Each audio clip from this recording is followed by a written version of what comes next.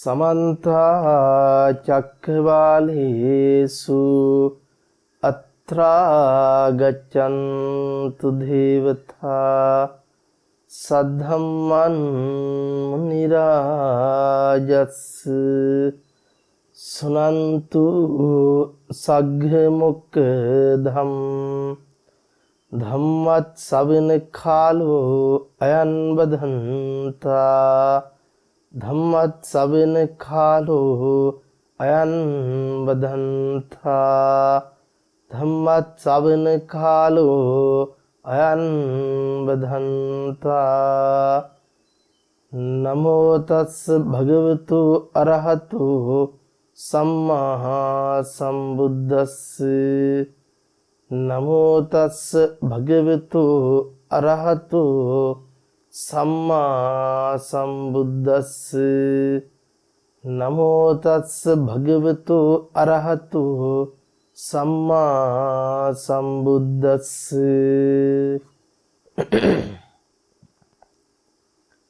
ධර්ම දානමය පින්කම අද දවසේ සිදු කිරීම සඳහා සදැහැති දායකත්වය සිදු කරනු ලබන්නේ ඇමරිකාවේ රැකියාව කරන ජනක කුමාර මහත්මයා විසින් හැමට ධර්ම අවබෝධය ලබා දීම මූලික අරමුණ බවට පත් කරගෙන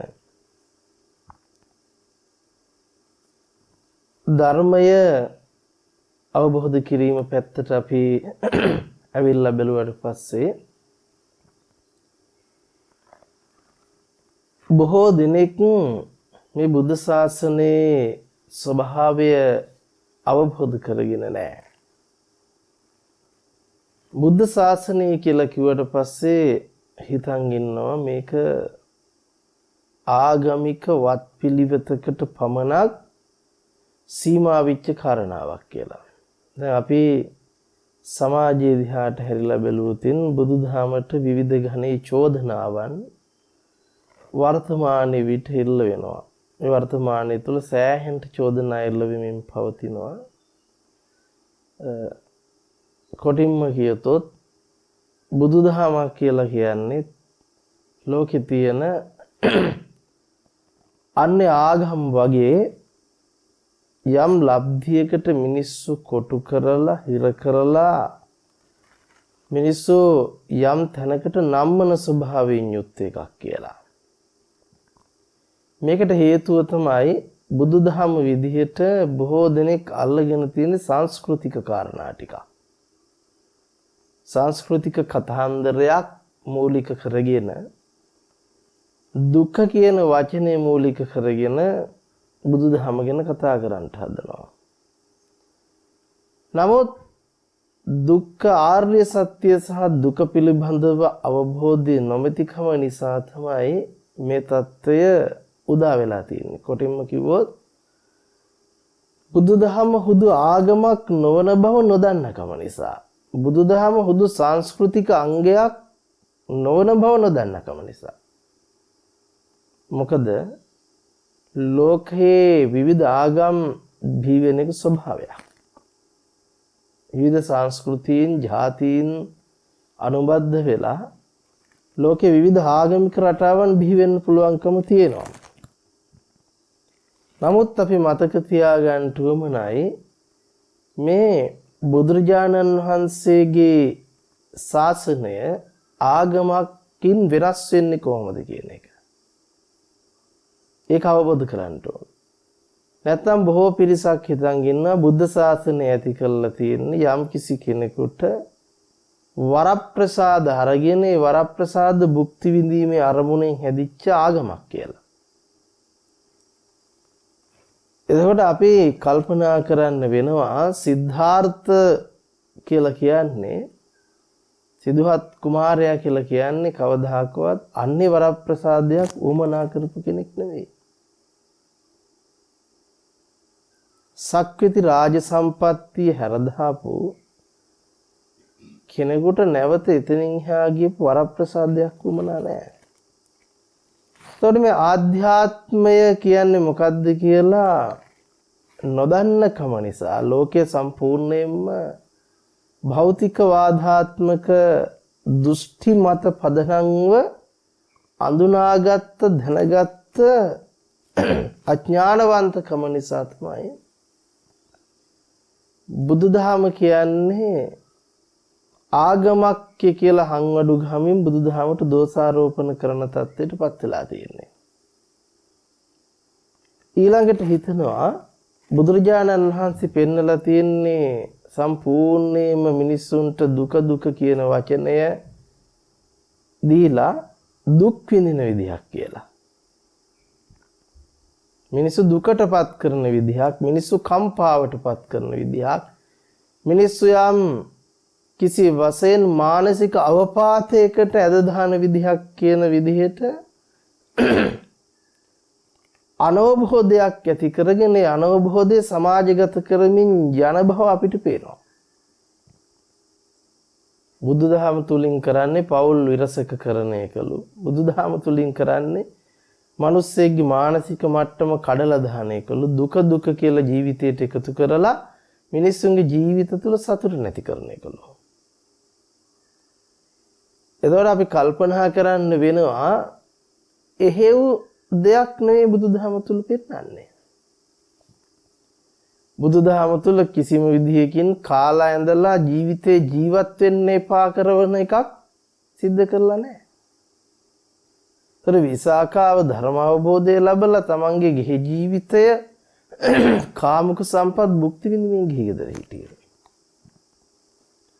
නමුත් මේ අනවබෝධයේ කොතනින්ද එන්නේ කියන දේ අපි හොයන්න ඕන.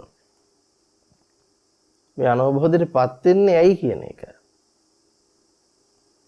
මම දකින්නේ මේ අනවබෝධයටපත් වෙන්නේ බුදුදහමේ තියෙන වචන ටික තම මතයට අනුව ගලප ගන්න ගියාට පස්සේ. තමන්ගේ මතය අනුසාරයෙන් බුදුදහම පිළිබඳ අර්ථකථන දෙන්න ගියාට පස්සේ. කෙනෙකුට හිතෙන්න පුළුවන් තමන්ගේ මතයෙන් තොරව කොහොමද බුදුදහම පිළිබඳ අර්ථකථන දෙන්නේ කියලා. නමුත් බුදුදහම කියලා කියන්නේ විශ්වීය දහම. ඒ කියන්නේ ජීවිතය පිළිබඳ ඇත්ත ඇති සැටියෙන් දැකීම. ඒතර ජීවිතය පිළිබඳ ඇත්ත ඇති සැටියෙන් දකිනවා කියනකොට ඒක කිසිම දෘෂ්ටියකට, ලබ්ධියකට, මතවාදයකට කොටු නොවි දකින්න විදිය. අපි හිතමු ලෝකේ දහසක් න්‍යායන් තියෙන්න පුළුවන්. ලෝකේ තියෙන දහසක් න්‍යායන්ට අලුතෙන් 1001 වෙනි දෘෂ්ටිය හදන එක නෙවෙයි බුදුදහම. ලෝකේ කෝටියක් දෘෂ්ටි තියෙනකොට ඒ කෝටියට තවත් එක දෘෂ්ටියක් නිර්මාණය කරන එක නෙවෙයි බුදුදහමෙන් කරන්නේ. ඒ නිසා බුදුදහම විදිහට දෘෂ්ටි නිර්මාණය කරගෙන ඉන්න ඇත්තෝ ඉන්න පුළුවන්. බුදුදහම කියන්නේ දෘෂ්ටියක් කියලා තමන්ගේ මතයට ගලපගෙන දෘෂ්ටි නිර්මාණය කරගත්තෝ බිහි වෙලා ඉන්න පුළුවන්. ඒක ස්වභාවය.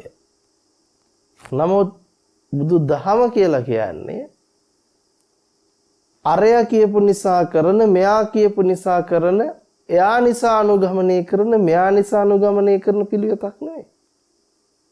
බුදුන් වහන්සේ කිසිම තැනක දේශනා කළා නැහැ මං කිව්වා කියලා උඹලා පිළිගනින්න. මං කිව්වා කියලා උඹලා දරාගනින්න. මං කිව්වා මෙන්න මේක මෙහෙම වෙනවා ඒ නිසා මේක මෙහෙමමයි කියලා බුදුරජාණන් වහන්සේ දේශනා කළේ නැහැ. අපි හිතන් ඉන්නවා බුදුරජාණන් වහන්සේ කියන්නේ ආගමක් බිහි කරපු නායකයෙක්. ඒ ආගමක මතවාදයක් ගොඩනගපු නායකයෙක්. ඒ මතවාදයේ ගොඩනගලා මෙසේ වෙන්න ඕනි කියලා නීතියක් පනවලා මිනිස්සුන් යම් දෘෂ්ටියකට පමුණුවපු මතධාරියෙක් විදිහට හොවා දක්වනවා ලෝකයේද. විශේෂයෙන්ම මේ රට තුල එවැනි අදහස් ප්‍රචාරය වෙමින් පවතිනවා. ඉතින් මේකට ප්‍රධානතම හේතුව තමයි චතුරාර්ය සත්‍ය කියන්නේ මොකද්ද කියලා අවබෝධ කරගෙන නැති එක. දුක්ඛ ආර්ය සත්‍ය, දුක්ඛ සමුදය ආර්ය සත්‍ය, දුක්ඛ නිරෝධ ආර්ය සත්‍ය, දුක්ඛ නිරෝධ ගාමිනී පටිපදා ආර්ය සත්‍යත් කියන්නේ මොකක්ද කියලා අවබෝධ කරගෙන නැහැ.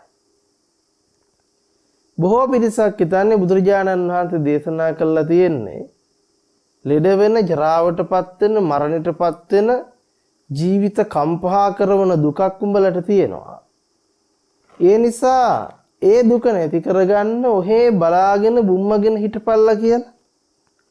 එහෙම නැත්නම් S2 පියාගෙන මොකක් හරි දෙහා හිත හිතා ඉඳපල්ලා කියන මට්ටමින් තමයි බුදුදහම ගණන්ගෙන තියෙන්නේ.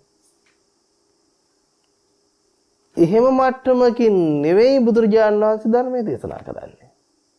ඒ වගේ ලාමක මට්ටමක සිතුවිල්ලක් ඇතුළේ ඉඳලායි බුදුදහමට දෝෂාරෝපණය කරන්නේ.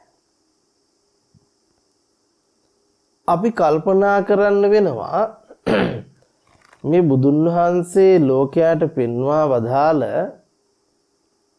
දුක්ඛ ආර්ය සත්‍ය කියන්නේ මුළු ලෝකයම දන්න අඳුනන මේ ඉපදෙන දුක, ලෙඩ වෙන දුක, ජරාවටපත් වෙන දුක, මරණ දුක, ප්‍රියයන්ගෙන් වෙන වෙන දුක, අප්‍රියයන් හා එක් වෙන දුක, යමක් කැමැති පරිදි නොලැබීමේ කියන දුක් ටික ගැන නෙමෙයි බුදුහාමුදුරුවෝ කතා කරේ. ඒක දුක මිසක් දුක්ඛ සත්‍ය නෙවෙයි. ඒතර දුක සහ දුක්ඛ සත්‍ය අතර වෙනස පිළිබඳව අනවබෝධය නිසා දුක මූලික කරගත්ත ශාසනයක් කියලා කියන්න පුළුවන්. නෑ, බුදුදහම කියන්නේ දුක මූලික කරගත්ත ශාසනයක් නෙවෙයි. බුදුදහම තුළ බුදුරජාණන් වහන්සේ පෙන්වන්නේ උඹලා මේ දුක් විඳින්නේ අවිද්‍යාව තියාගෙන ඉන්න නිසා. දුක් විඳින්නේ අවිද්‍යාව නිසා. අවිද්‍යාව දුරු කරගන්නට මාර්ගය පෙන්වුවා මිසක් බුදුරජාණන් වහන්සේ කවදාකවත් දේශනා කළා නැහැ. මොකක්ද? මොකක් කියලාද? දුක කියන දේ තුරුළු කරගෙන මිනිස්සුන්ට කම්පා සහගත වෙලා ජීවිත තුළ දුකෙන් පීඩිත වෙලා ඔහේ බලාගෙන පිස්සෝ උම්මාන්තකයෝ බවට පත් වෙන විදිහක් බුදුරජාණන් වහන්සේ දේශනා කළා නැහැ.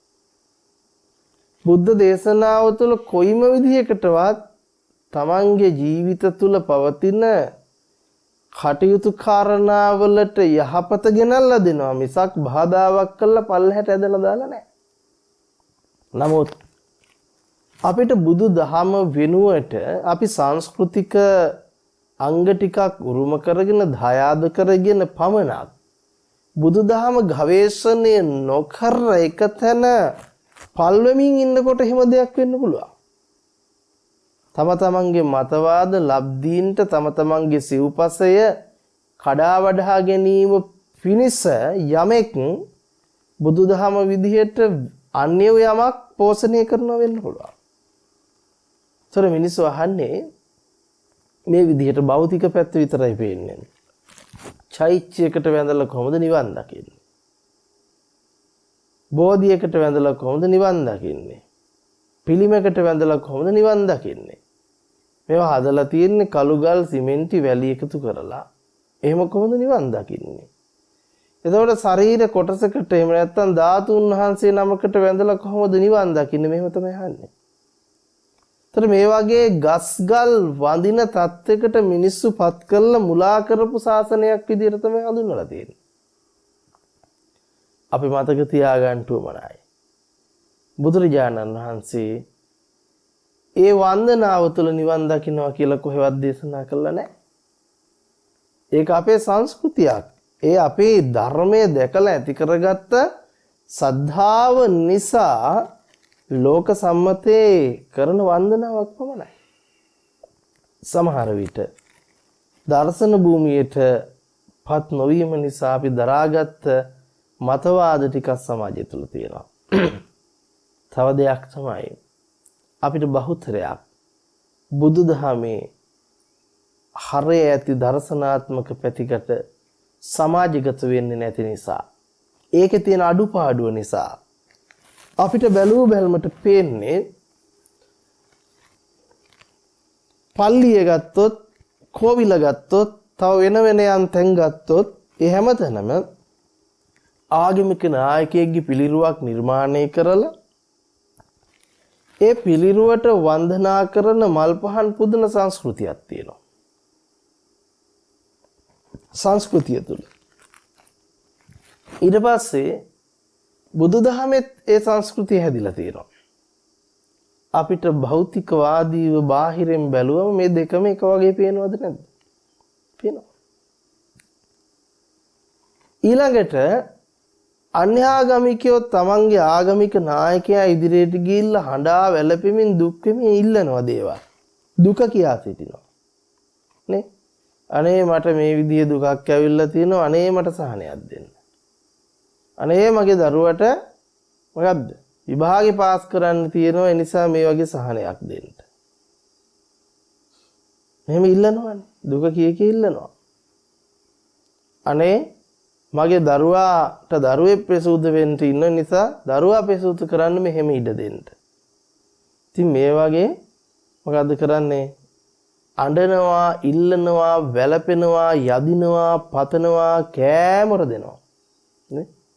අපි දකිනවා බෝධින් වහන්සේලා වශයෙන් කොඩි එල්ලලා අපි ඒකේ ලියලා තියෙනවා හෙන හුරාගේ අපුලේ දුරු වෙන්න ඕන අරක මේ විදිහට ලියලා තියෙනවා. ඒතර මේ ටික දැන් සමාජයෙන් දකිනවා. මේ ටික දැක්කට පස්සේ කල්පනා කරනවා කොයි විදිහටද අන්‍ය ආගමකින් මේ ආගම වෙනස් වෙන්නේ. අපිට භෞතිකයේ තුල එහෙම එකක් පෙන්වන්න බැරි වෙනවා එතකොට.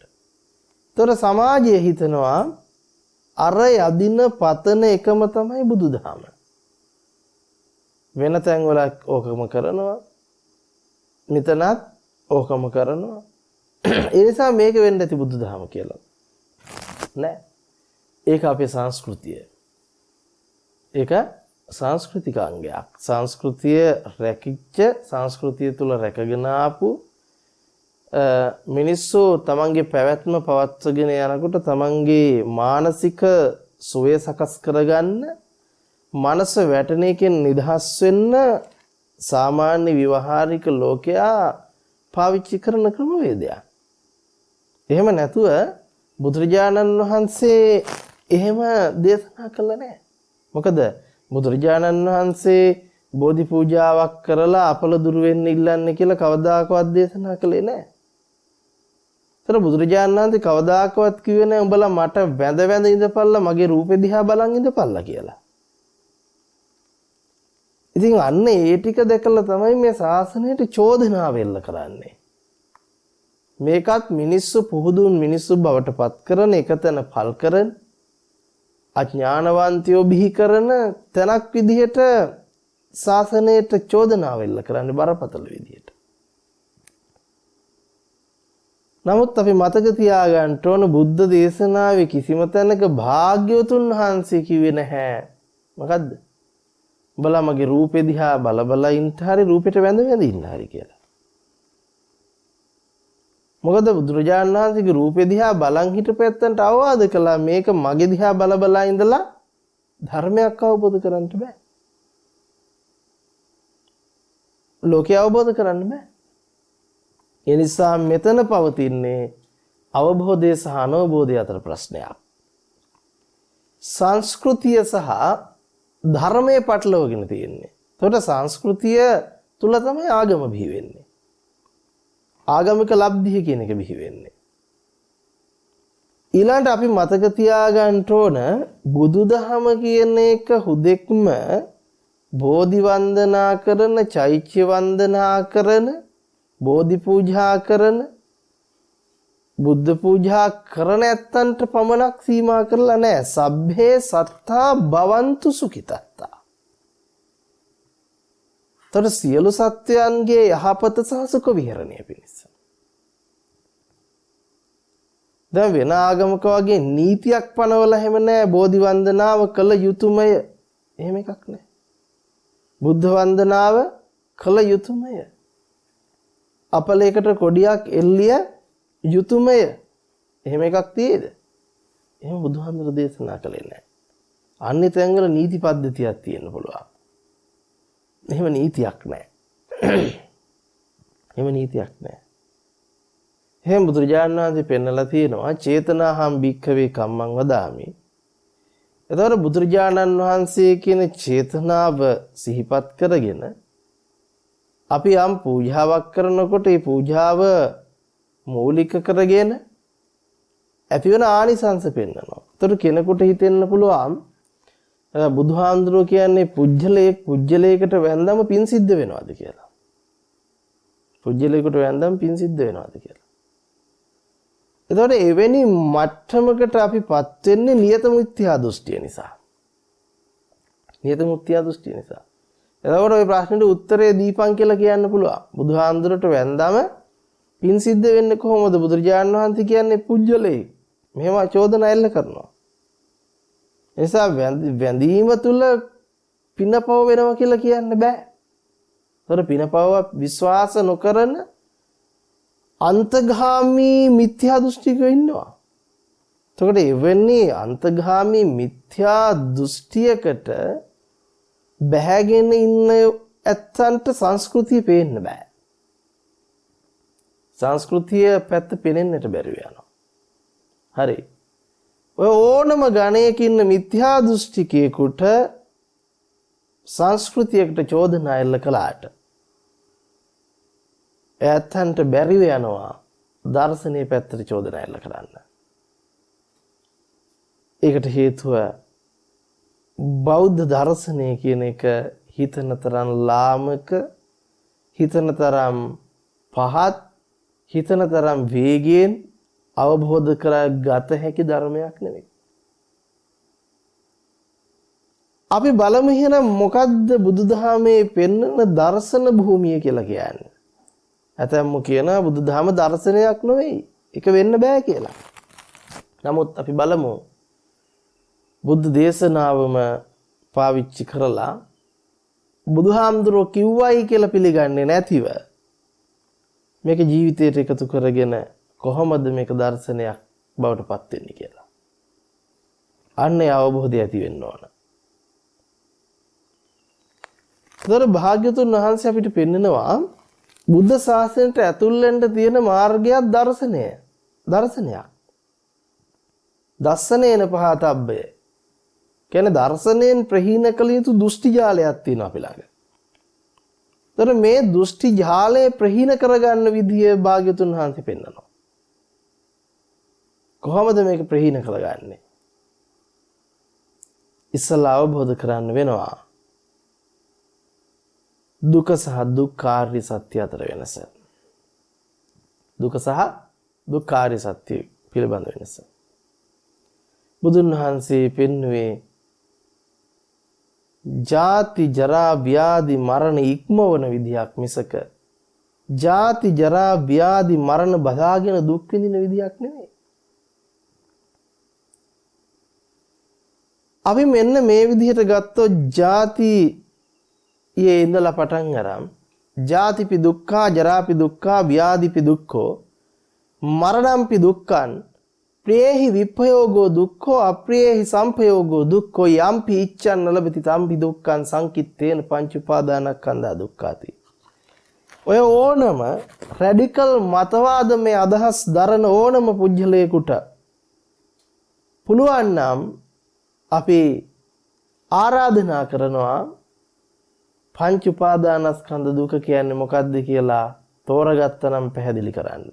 ඒක මිත්‍යා දෘෂ්ටියක් වෙන විදිහ පෙන්වන්න. නමුත් ඔය ඕනම මිනිහෙකුට තේරුම් ගන්න පුළුවන්කම තියෙන්නේ දර්ශන භූමියටපත් නොවිච්ච ඉපදෙන දුක, ලෙඩ වෙන දුක, ජරාවටපත් වෙන දුක, මැරෙන දුක, ප්‍රියයන්ගෙන් වෙන් වෙන දුක, අප්‍රියයන් හා එක් වෙන දුක, යමක් කැමැති පරිදි නොලැබීමේ දුක කියන දුක විතරයි. පංච උපාදානස්කන්ධ දුක කියන්නේ මොකක්ද කියලා අහලකටවත් අවබෝධයක් නැහැ යතන්ට.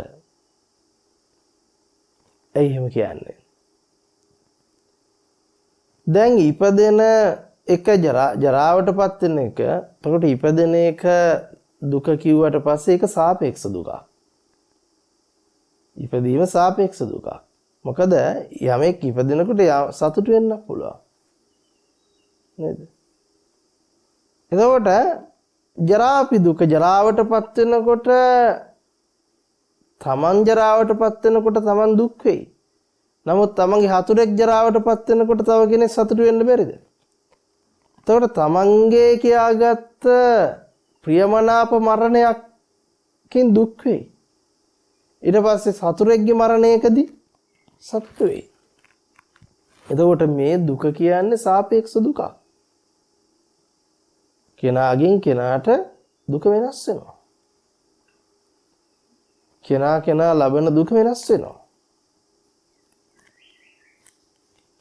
ඊළඟට අපි බලමු යමක් කැමැති පරිදි නොලැබීමේ දුක. මේක තමාගේ පැත්තෙන් බලන්න ඕන. එහෙනම් යමක් කැමැති පරිදි නොවනකොට දුක එනවයි කියලා දෙන්න බුදුරජාණන් වහන්සේ කෙනෙක් පහළ වෙන්න ඕනේද? Taman කැමති දෙයක් තියෙනවා. ඒ Taman කැමති දේ නොලැබිලා යනකොට දුක එන බව හැමෝම දන්නවද නැද්ද? හැමෝම දන්නවා. හැමෝම දන්නවා. තොර ප්‍රියමනාප ඇත්තන්ගෙන් වෙන් වෙනකොට Tamanට එන දුක පිළිබඳව Taman දන්නේ නැද්ද? දන්නවා. අප්‍රිය අමනාප අය සමග ඇසුරු කරනකොට Tamanට දුක ස්වභාවයක් එන බව Taman දන්නේ නැද්ද? දන්නවා. එහෙනම් මේ ලෙඩ වෙන, කුණු වෙන, ජරාවටපත් වෙන ව්‍යාධි එනකොට ජීවිතයට එන දුක් දුම්නස් පිළිබඳව තිරිසන් සතා පවා අඳුරනවා. ඇයි? තිරිසන් සත්තු තමන්ගේ දෙමාපියෝ අහිමි වෙනකොට එන දුක ගැන අඳුරන්නේ නැද්ද? තිරිසන් සත්තුගේ දරුමල්ලෝ අහිමි වෙනකොට එන දුක තිරිසන් අම්මලා තාත්තලාට දැනෙන්නේ නැද්ද? දැනෙනවා. දැනෙනවනේ. තොර තිරිසන් සත්ත්වෙකුට ව්‍යාධිය පැමිණෙනකොට ගහලා දානකොට කවුරු හරි එන දුක දන්නේ නැද්ද? දන්නවා. ලෙඩක් අසනීපයක් හැදුනොත් ඒ දුක උන්ට තේරෙන්නේ නැද්ද? වේදනාව. තේරෙනවා. ඒ නිසා හොඳට මතක තියාගන්න. ඒවත් දුක් තමයි. එහෙනම් මේ බුදුරජාණන් වහන්සේ පෙන්වන්නේ ওই ටික දැනගන්න කියලා නෙවෙයි. බුද්ධ දර්ශනයේ චෝදනා කරන ඇත්තෝ හිතනවා බුදුහාඳුන මේ ලෝකයේ මිනිස්සුන්ගේ දුක මාකටින් කරලා මිනිස්සු පොළොමව ගත්තා කියලා. එහෙම කියන්නේ. එනිසා කවදාකවත් භාග්‍යවතුන් වහන්සේ පෙන්වුවේ වෙලාමකව මුළු ලෝකයම දන්න දුක ගැන නෙවෙයි. ඒවත් දුක් තමයි ලෝකයා දකින දුක්. ඒ කියන්නේ බුදුරජාණන් වහන්සේගේ ඉපදීමද දුකකි. මොනවාද ඉපදීම දුකයි කිව්වේ නෑ. ඉපදීමත් දුක වෙන්න පුළුවන් සාපේක්ෂව අවිද්‍යාසගත ලෝකයට. හැබැයි මතක තියාගන්න බෞද්ධ දර්ශනයට පත්විච්ච කෙනෙකුට ඉපදීම කියන එක දුකක් වෙන්නේ නැහැ. ඒක තමයි අපි දකින්න ඕන. ජරාවටපත් වීම කියන එක දුකක් වෙන්නේ නැහැ. ව්‍යාධියටපත් වීම කියන එක දුකක් වෙන්නේ නැහැ. මරණයටපත් වීම කියන එක දුකක් වෙන්නේ නැහැ. ප්‍රියයන්ගෙන් වෙන් වෙන එක දුකක් වෙන්නෙත් නැහැ. අප්‍රියයන් හා එකතු වෙන එක දුකක් වෙන්නෙත් නැහැ. යමක් කැමැති පරිදි නොලබෙන එක දුකක් වෙන්නෙත් නැහැ.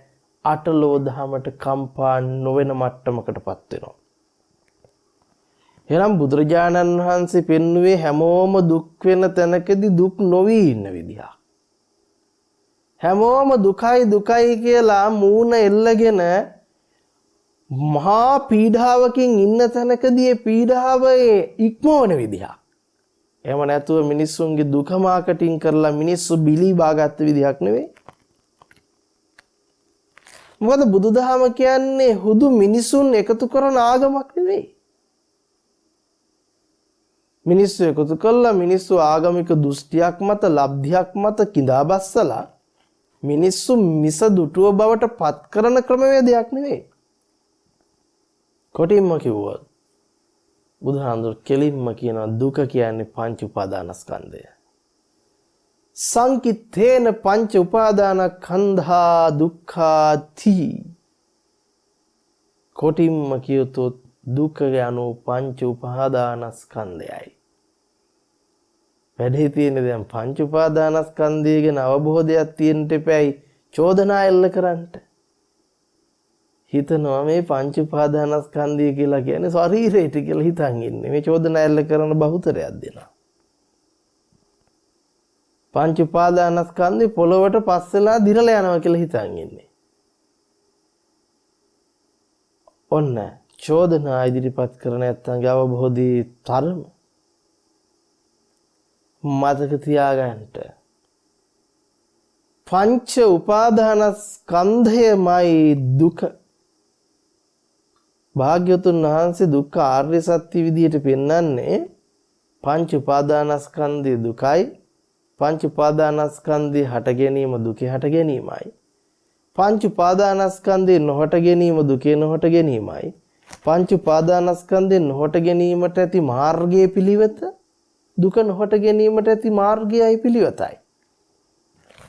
යමෙක් මේ පංච උපාදානස්කන්ධය පිළිබඳව අවබෝධ නොකර ඔහුට පුළුවන් කමක් නැහැ අවිද්‍යාව දුරු කරන්න.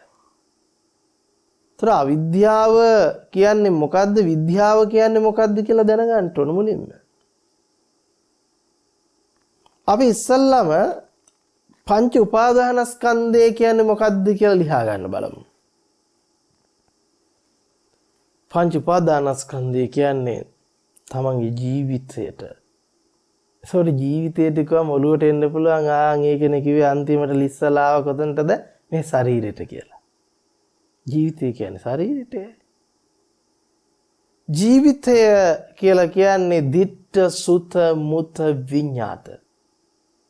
ඕනම කෙනෙක් ඕනම තර්කයක් දාන ඕනම කෙනෙක් තර්ක දාන්නේ පෙනීම ඇසුරු කරගෙන, ඇහිම ඇසුරු කරගෙන, දැනීම ඇසුරු කරගෙන සහ සිතුවිලි දැන ගැනීම ඇසුරු කරගෙන.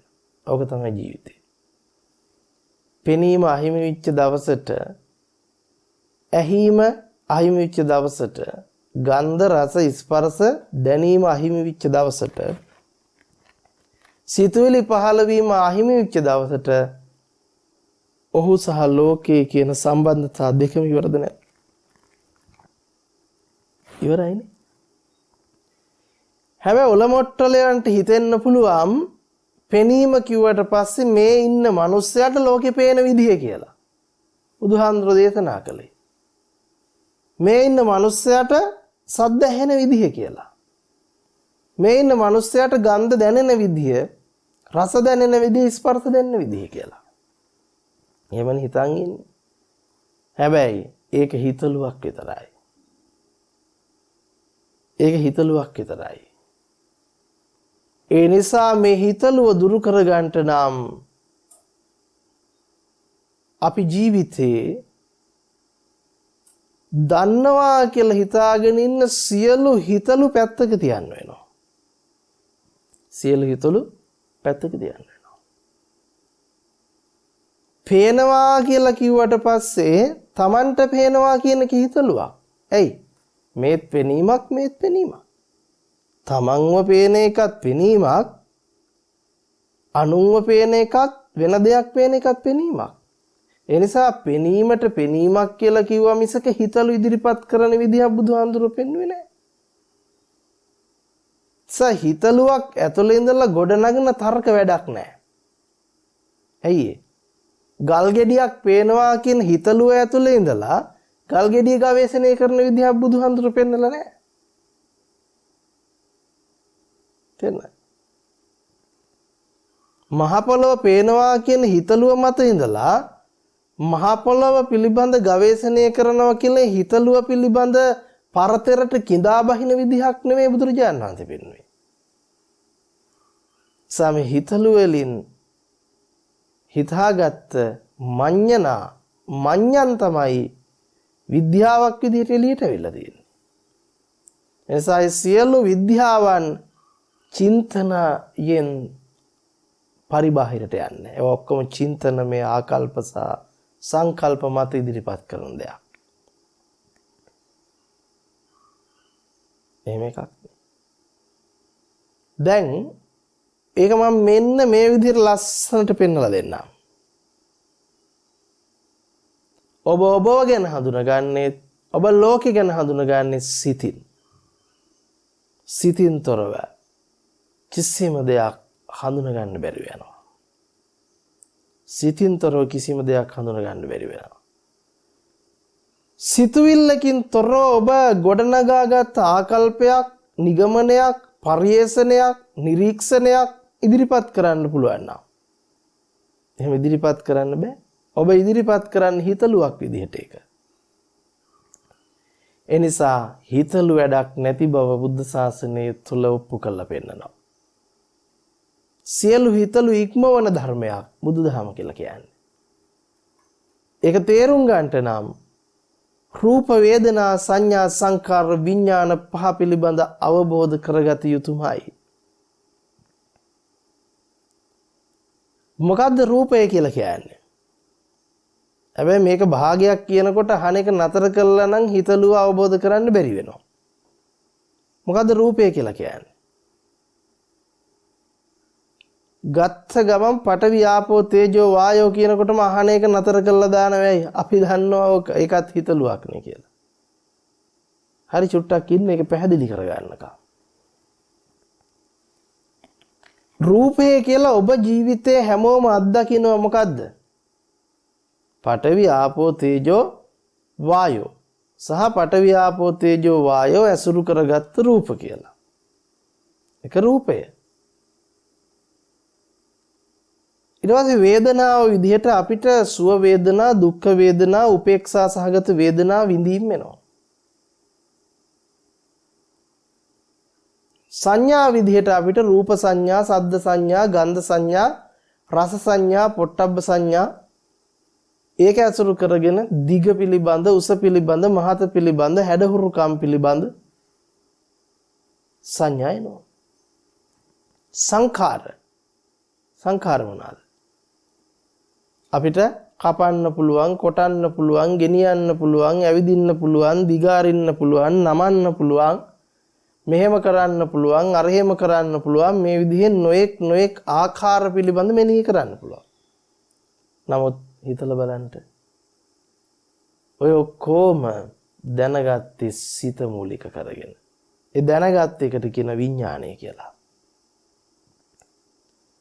මේ වෙලාවේ සිතේ පහළවීම නතර වුණොතින් ඔය මොනා හිතාගෙන හිටියත් මොනා දරාගෙන හිටියත් මේ වෙලාවේ සිතේ පහළවීම නතර වුණොතින් දරාගත්ත හිතාගත්ත සියල්ලම නතර වෙනවද නැද්ද? සියල්ලම නතර වෙනවා. කොටින්ම කිව්වොත් පඨවි ආපෝ තේජෝ වායෝ පිළිබඳ දැනගත්තේ සිතින් පරාමර්ශණය කළා, සිතෙන් මෙනෙහි කළා. සිතින් මෙනෙහි කළා. දැන් අපි හිතමු ඒ වේදනාව ගැන දැනගත්තේ සිතින් මෙනෙහි කළා, සුඛ දුක්ඛ උපේක්ෂා ගැන. සංඥා ටික ගැන දැනගත්තේ සිතින් මෙනෙහි කළා. යන්යන් ආකාරයන් කරන්න පුළුවන් කියලා දැනගත්තේ සිතින් මෙනෙහි කළා. කොටින්ම කිව්වොත් සිත පහළ විච්ච තැන තමයි සියලු මෙනෙහි කිරීම කරන්න පුළුවන්. සිත පහළ විච්ච නැති තැන ලෝකේ පහළ වීම නැති බවයි බුද්ධ දේශනාවේ පෙන්වන්නේ. දැන් බලන්නකො සිත සකස් වුණේ නැත්තම් ලෝක සංඥා කොහෙන් ගන්නද? කෙනෙකුට හිතෙන්න පුළුවන් මම මැරිලා ගියත් ලෝකේ තියෙනවනේ කියලා.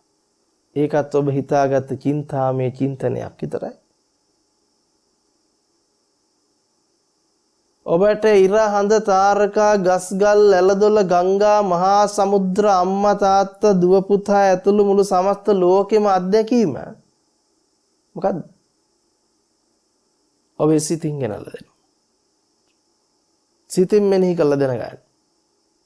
කෙනෙක් හිතනවා මේ රත්තරන් රිදී මුතුමැණික් හරක බාන වලින් සමන්විත දියුණු ලෝකේ දියුණු භව නැති කරේ බුදුදහමෙන්.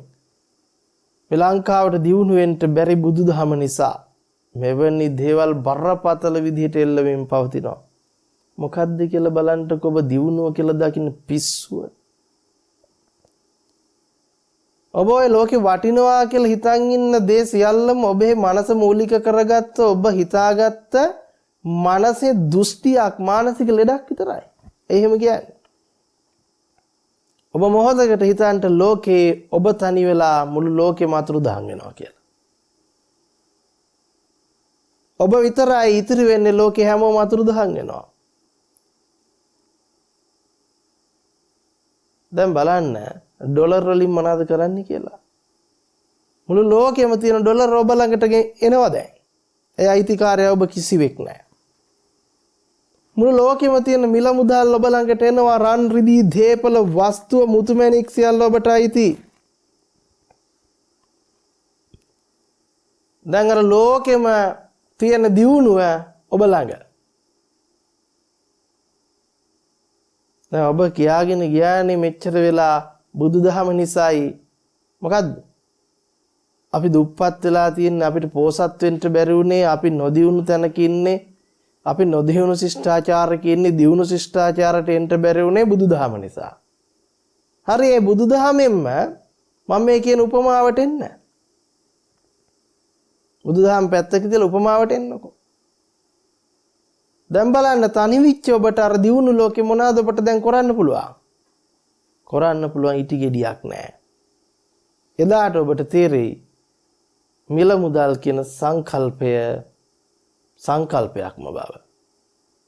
රන් රිදී මුතුමැණික් කියන දේ හිතින් ගොඩනගපු පුහු මානසික ලෙඩක් බව. එහෙම නැතුව රන් රිදී උඩ පැන කිව්වද මන් රිදී කියලා? නෑනේ. මෙසියල්ල අපි පනවපු සංකල්පීම ඊය වටිනාකම් පමණයි. එදාට ඔබට තේරෙයි, එදාට ඔබට දැනෙයි මේ ලෝකෙ සත පහකට වටින්නේ නැහැ කියලා. එදාට ඒ දියුණුවෙන් ඔබ මොනව කරන්නටද? එහෙනම් අපි මේ බුදුදහමට බැන දෘෂ්ටිගත වෙවි, දුප්පත් පෝසත් බව හදා උස්මිටිකම හදා සාපේක්ෂ කර බල තර්කන ඉදිරිපත් කළා මිසක ඒ ඔබ ලෝකේ තනි විච්ච දවසට කොයි තර්ක? ඔබ නිකම් මේ ලෝකයේ ඉදිරියේ නැටවිච්ච රූකඩ චරිතයක් විතරයි අනුන්ට ඕන නිසා ඔබ කොණ්ඩේ පිරලා තියෙන්නේ. සුදු වෙන කෙස් ගහ කළු කරලා තියෙන්නේ ලෝකෙට පේන්න. නේ? රැලි ගහන හැම ආටෝප දාලා හදලා තියෙන්නේ ලෝකෙට පේන්න. එදාට තීරෙයි ඔබ මේ ලෝකේ ක්‍රියාත්මක වෙලා තියෙන ඔබට ඕන විදිහට නෙවෙයි අනුන්ට ඕන විදිහට. පිස්සෙක් කියලා කියන හැර වෙන මොකුත් කියන්න දෙයක්. ඒ තනි විච්ච දවසට ඔබට උමනා වෙන්නේ මොකද්ද?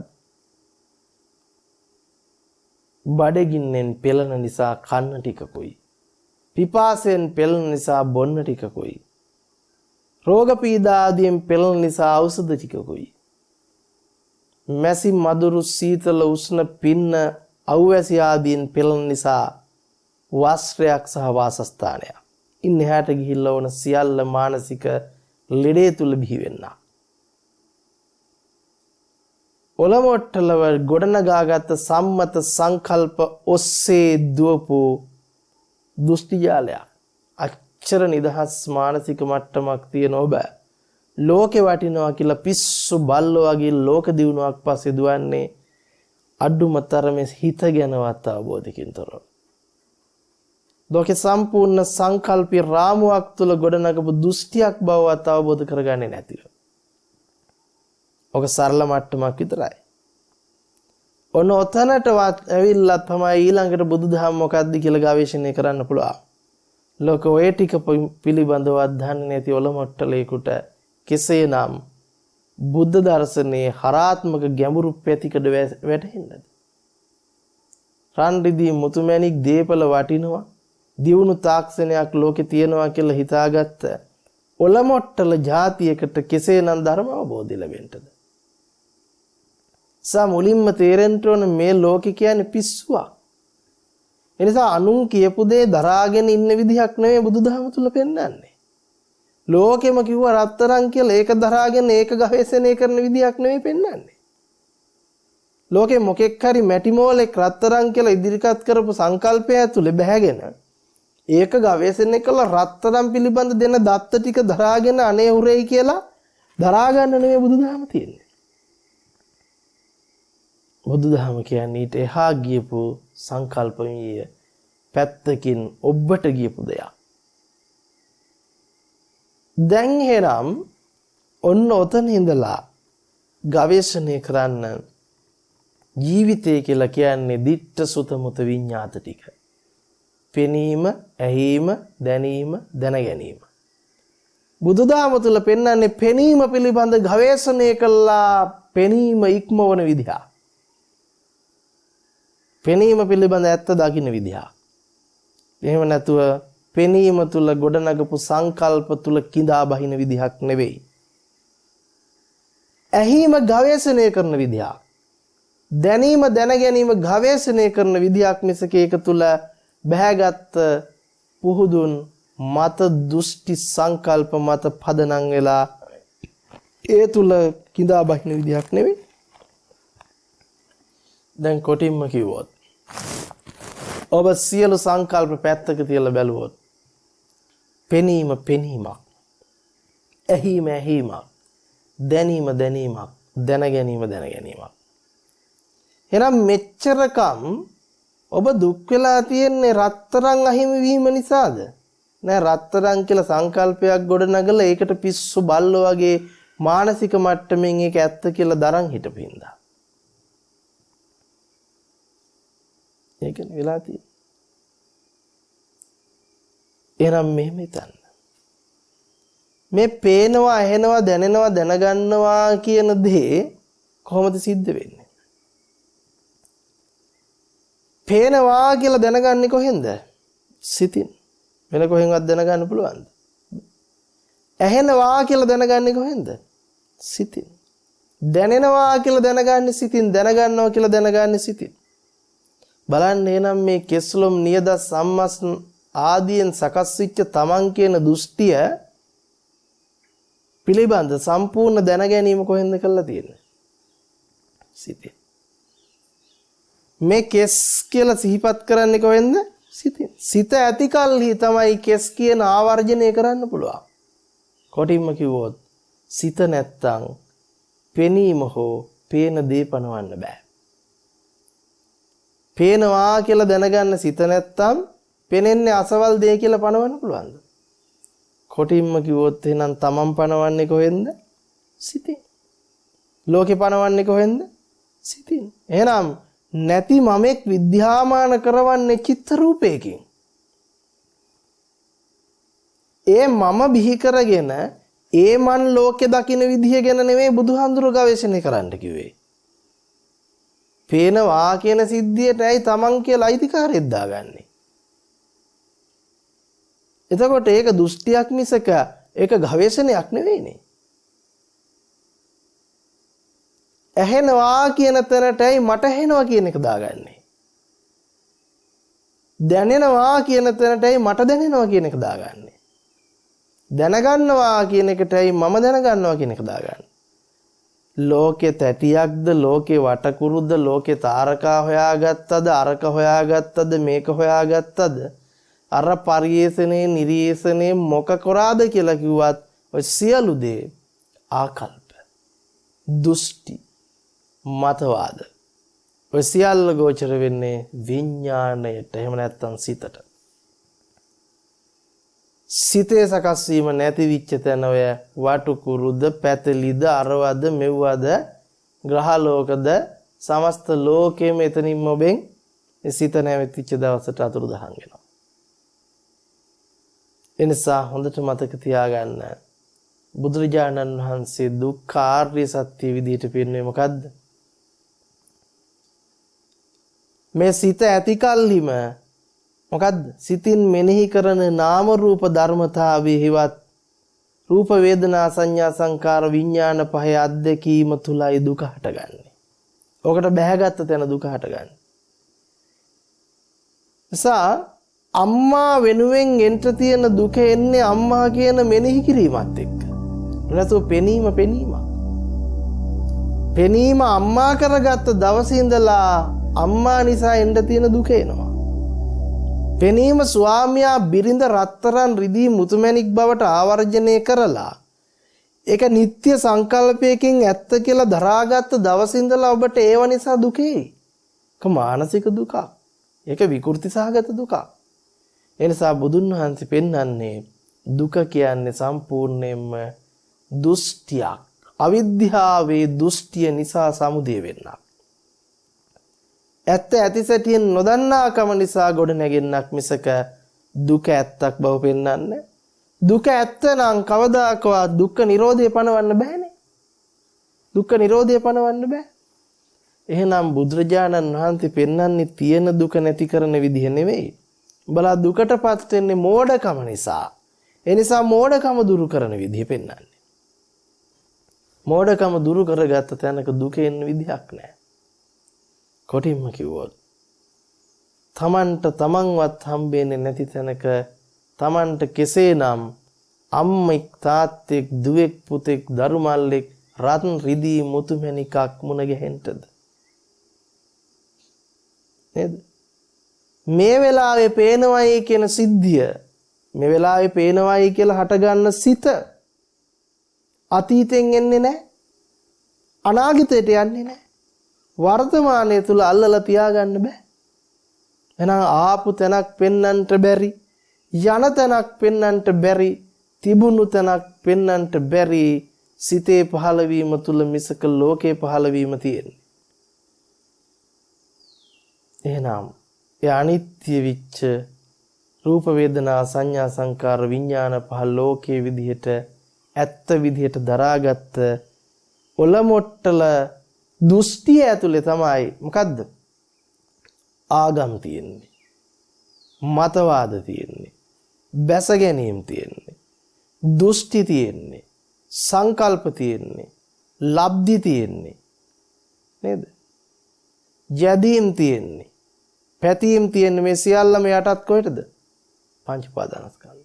ඒක ඉක්මවපු තැන කර්මයක් කර්මඵලයක් සියල්ල ඉක්මවනවා. දැන් මේක ඉක්මවපු තැන පෙර හිටියද නැද්ද කියලා ආයෝමනයිද දැනගන්න. පෙර හිටියද නැද්ද කියලා සැකයක් ආයි පහල කරන්න දෙයක් තියනවද? ඉතින් පෙර හිටියම මොකෝ නැතුවම මොකෝ? පෙර හිටියද නැද්ද කියන එක අදාළද? ඒ නිසා හොඳට මතක තියාගන්න බුදුදහම කියලා කියන්නේ කර්මය සහ කර්මඵලය ගැන විස්තර කරන ධර්මයක් නෙවෙයි. මිනිස්සු හිතන් ඉන්නවා අනේ කර්මය කියලා මිනිස්සු මුලාවටපත් කරපු එක බුද්ධ ශාසනය කියලා. ඒ නිසා හොඳට මතක තියාගන්න. මේ පංච උපාදානස්කන්ධය අවබෝධ වෙනකොට පෙර හිටියද නැද්ද කියන ප්‍රශ්නේ ඉවරයිද නැද්ද? ඉවරයි. මතු ඉන්නේද නැද්ද කියන ප්‍රශ්නේ ඉවරයි. දැන් ඉන්නවද නැද්ද කියන ප්‍රශ්නේ ඉවරයි.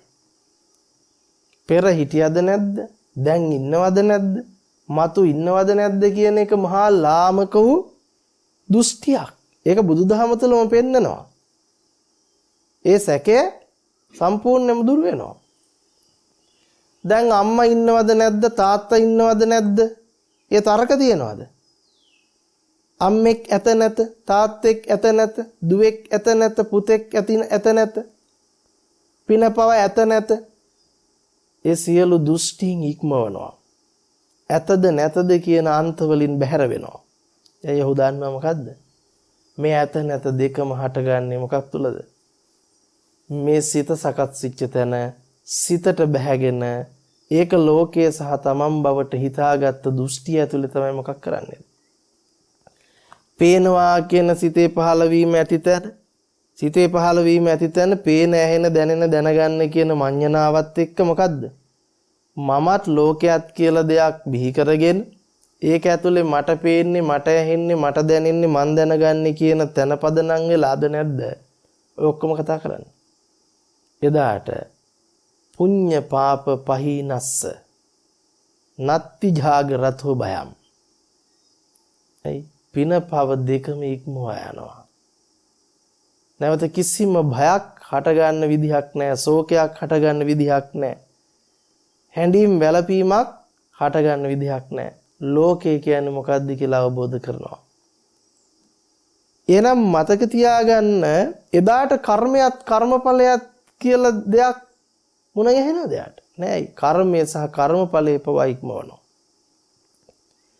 කිසිම ආගමික ලබ්ධියක් තුල බැහැගන්නේ නැහැ දාට. කිසිම දෘෂ්ටියක් තුල බැහැගන්නේ මතයක් තුල බැහැගන්නේ. ඒ නිසා බුදුදහමට චෝදනාව එල්ල කරන්නේ මොකක් මත පදනම් වෙලාද? පුහු ආගමික සංකල්ප ටිකක් මත පමණක් පදනම් වෙලයි චෝදනා ඉදිරිපත් කරන ඇත්ත චෝදනා කරන්නේ. එනිසා අපිට පුංචි කාල සීමාවක් තුළ මේක කෙටියෙන් කියලා අවසන් කරන්නට පුළුවන් කමක් නැහැ.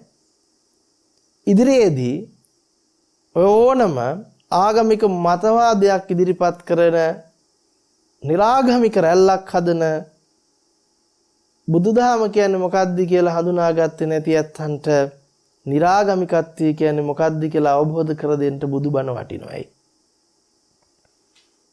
සෑම තැනකදීම බුදුරජාණන් වහන්සේ ආගමික මතයක් ඉදිරිපත් කළා නැහැ. මන් දකින විදිහට බුදුරජාණන් වහන්සේ තමයි නියම නිරාගමික භව ලෝකෙට ඉදිරිපත් කළේ. ඇයි?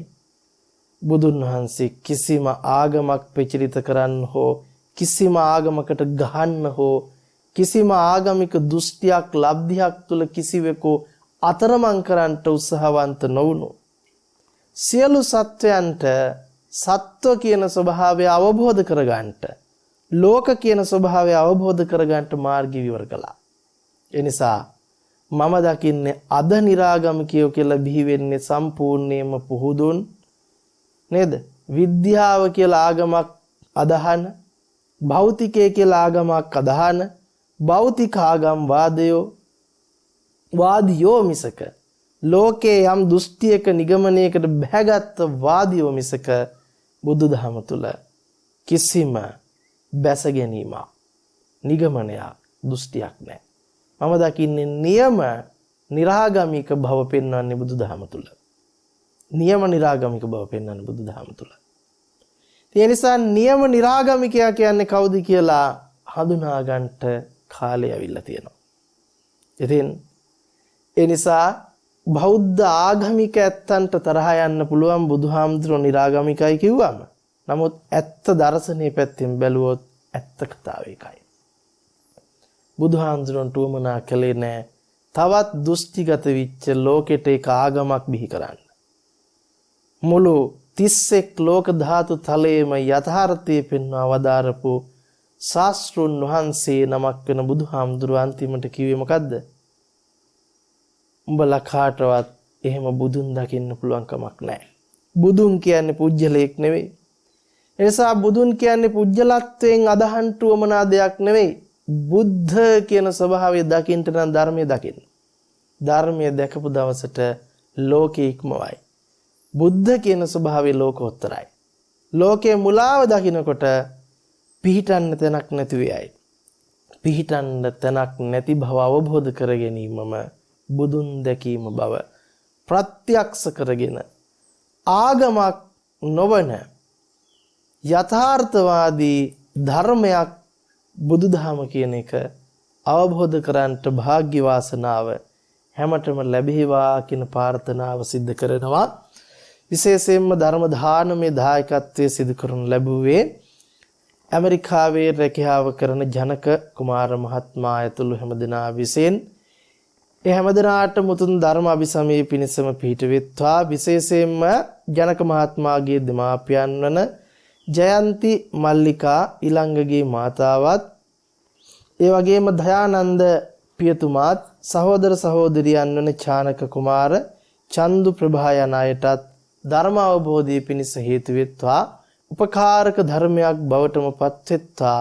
හැමත ධර්ම අභිසමයේම වෙත්වා කියලා ප්‍රාර්ථනා කරනවා. හැම දිනාටම තිරුවන් සරණයි. යහපතක්ම වෙත්වා.